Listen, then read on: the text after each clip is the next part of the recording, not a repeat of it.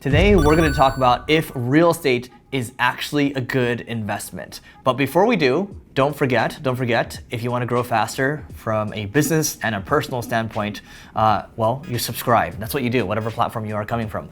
So this has been talked about a lot. Like when I was growing up, my mom was like, the important thing is, you go to college, you get a degree, and you get a home, you get married, and you have children. Like that's the funnel that most people have, right? I'd say like 99% of all people in the world, that's the funnel. That's kind of the lesson that you bake into your kids. Everyone has this goal, like, growing up in high school and college, it's like, yeah, I have to get a home. Like that's the goal. I gotta get a home. I gotta get a home. And I eventually got a home. And like what happens with the home? Like your parents don't tell you why you should be getting a home, right? And so what ended up happening was I actually sold that home, and now my mom complains to me all the time. So I rent now. I'm a very happy renter, and my mom complains. You should have your own home. You shouldn't be throwing away your money. That's wasting money. That's burning money. We're gonna talk about why there's a problem with that, and I might even send this video to you, Mom, to watch it afterwards, okay? Because sometimes you just don't hear me when we are eating Chinese buffet. All right. So people say, okay, you're investing in real estate. You're investing in real estate, but like no, because if you're buying a home for 99% of people, or we'll say 95% of people, what ends up happening is you live in the home. That means the home doesn't cash flow. So by definition, what are you investing in? You're investing in the appreciation for when you sell it, like, I don't know, 5, 10, 15 years later. If you're investing and you're actually living in it, that is not an investment, okay? If you are buying multiple units, that's a different story. You're cash flowing, right? But most people aren't doing that. Now, the second thing is this. Managing real estate is a pain in the butt. Something breaks, well, guess what? You have to deal with it. Let's say you live in like a townhome. You're gonna have to deal with it, and then you have HOA. So you have all these additional hidden costs that tie in with it. To me, as a guy that really appreciates convenience, that to me is a pain in the butt. So I try to avoid as many pain in the butt scenarios as I can, right? If you're actually living in it, guess what happens? You are actually tied up to one spot. You cannot maneuver around. If you are younger and let's say you're not married, you don't have children yet, you wanna have the freedom, right? The freedom is the beautiful piece. If you wanna move somewhere else, you do it. If you end up being tied to this one home for you're stuck with it, you have like a 30-year lease, or not a lease, 30-year loan. Guess what? You're stuck with it. That changes a lot of decisions that you make. Instead of saying, oh, you found this other opportunity, you're living in LA, and you found this other opportunity to live in, go do something amazing in Singapore or in San Francisco or in New York. You can't do that because you're now tied to that area, and you basically made the decision that you're gonna settle in, and you're gonna be tied down to that one spot, and you are going to maybe have a family there, and just that's it. There's a time and a place for that, but if you're younger, this scenario is, well, maybe you shouldn't do that, right? Here is the other thing about real estate too. You can get a better return in other areas. Let's say if you're doing like an index fund. Okay, index funds, have been pretty good. Index funds like investing in the S&P 500. The returns on that have been generally pretty good, maybe around 10% or so, especially in this bull market last, I don't know, 13 years or so. In real estate, you don't really know what you're gonna get. Like if you're cash flowing, you might be getting, I don't know, 7, 8, maybe even 10% a year, right?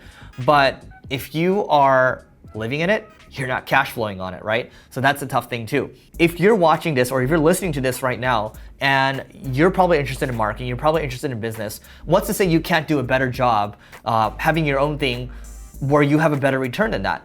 In business, where you have the most control, if you screw up any, that's on you. Hey, you have the most control. If you screw up, that's on you. So it's kind of a nice validator. But what's to say you can't be getting, a higher return, like maybe 12 or 15% higher than that, right? Some of the people that own the most real estate in the world, like let's look at Grant Cardone. He has a lot of real estate, right? He has, I think, over 400 million in real estate.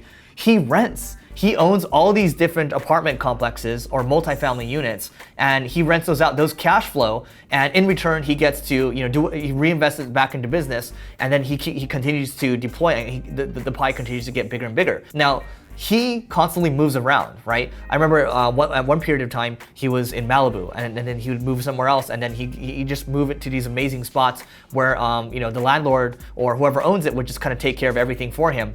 And the flexibility is amazing. He has kids, he has a wife, he flies around everywhere, but that's what works out for him. You know, when you put money into real estate, let's say you want to buy a home for, I don't know, $500,000, right, in US dollars, and you put 20% down, you put $100,000 down. What's to say you couldn't have done better with that $100,000? You could have redeployed that money into somewhere else, into some other investments, maybe investing in yourself. The important thing again is you're cash flowing on your own investments, and then you're taking that any profits that you have and you're reinvesting it, and the pie is getting bigger and bigger and bigger and bigger. And the most important thing with business is or one of the most important things is you don't want to lose the time. The time that you lose, you're never gonna get it back, right?